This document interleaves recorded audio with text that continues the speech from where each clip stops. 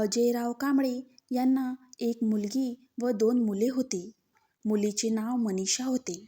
अजयरावांची ती लाडकी लेक होती.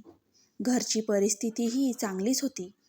लहानपणापासून अजयरावांनी मनीषाला खूप लाडाकोडात वाढवले होते. श्याम व राम या 2 भावंडांसोबत मनीषा लहानाची मोठी झाली. वडिलांनी केलेल्या लाडामुळे मनीषाला परिस्थितीची झळ काय असते याची फारशी कल्पना नव्हती. आई रमा मात्र मनीषाच्या वागण्याला बंधन घालत असे. ती मनीषाला सारखी कर्तव्याची जाणीव करून द्यायची. प्रसंगी रागवायची व अजयरावांचा विरोध सहनही करायची. मनीषाला कधी कधी आईचा खूप राग यायचा. मनीषा अभ्यासात हुशार होती. अजयरावांना तिच्या हुशारीचा अभिमान होता. पण रमा मात्र चिंतेत असायची. तिचा अट्टहास असे की मुलीला अभ्यासाबरोबर घरकामही जमले पाहिजे.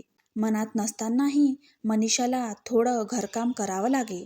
पण घरकामाचा तिला खूप कंटाळा येई. आई पावलोपावली कान मंत्र देई. मनीषा ती ऐकून न ऐकल्यासारखे करायची. आई म्हणायची, "अगं मनीषा, तुला आता नाही समजायचं. उद्या सासरी गेलीस की पावलोपावली माझी आठवण येईल तुला." अजयराव लेकीला पाठीशी घालायचे. "मी लग्नच नाही करणार," असं मनीषा हेका धरायची. असे म्हणता म्हणता मनीषा उपवर झाली. अनेक चांगली स्थळं चालून आली. राहुल नावाच्या व्यावसायिकाशी तिचा थाटामाटात विवाह पार पडला. अजयराव व रमाची चिंता मिटली. लेक खात्यापित्या सदन घरात लग्न करून गेली. घरात प्रत्येक कामाला नोकर चाकर होते. मनीषा माहेरपणाला आल्यावर आईला म्हणाली, "बघ आई, झालं ना सगळं चांगलं. उगीच मला तू रागवत होतीस." आईनं पोरीला उराशी कवटाळलं आणि म्हणाली, "हो ग राणी, अशीच आनंदात सदैव नांद बाई." आईला आणखी काय हवं? पण काही दिवसातच राहुलचा व्यवसाय डबघाईला आला. कर्ज भरमसाठ झालं. अजयरावांनीही शक्य तेवढी मदत केली. तरीही आर्थिक प्रश्न सुटेना. घरातल्या नोकरांना कामावरून काढलं. आता मनीषाची बिकट अवस्था झाली. राहुलचे प्रयत्न चालूच होते. अशा बिकट अवस्थेत मनीषाला पदोपदी आईची आठवण येऊ लागली. आपल्या वागण्याचा पश्चाताप झाला. आई वडील काळजीत पडले. हळूहळू परिस्थितीनं मनीषा सावरली. आईचे बोल आठवत गेली. स्वतः खंबीर बनून नवऱ्यालाही धीर देत गेली.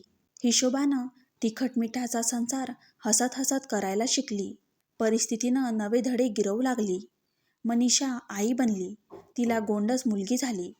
आईवडिलांनी प्रसंगी धीर दिला. मुलीच्या पावलांनी वाईट वेळ टळली. एका कंपनीच्या सहकार्याने राहुलचा उद्योग जोमाने सुरू झाला. सुबत्ता परतली. पण मनीषा मात्र हुरळून गेली नाही. मागचे दिवस विसरली नाही. संसाराचा पाठ अनुभवाने गिरवला व त्यात यशस्वी पण झाली. आई वडिलांना समाधान झाले. लेक खऱ्या अर्थाने संसारी बनली याचा पूर्ण घराण्याला अभिमान वाटला. शेवटी काय म्हणतातच ना, माणसाने नेहमी परिस्थितीची भान राखले पाहिजे. थोरा मोठ्यांचा सल्ला ऐकला पाहिजे. प्रत्येक जीवनावश्यक काम शिकलेच पाहिजे. हेच खरे आहे तर. कथा कशी वाटली नक्की सांगा. धन्यवाद.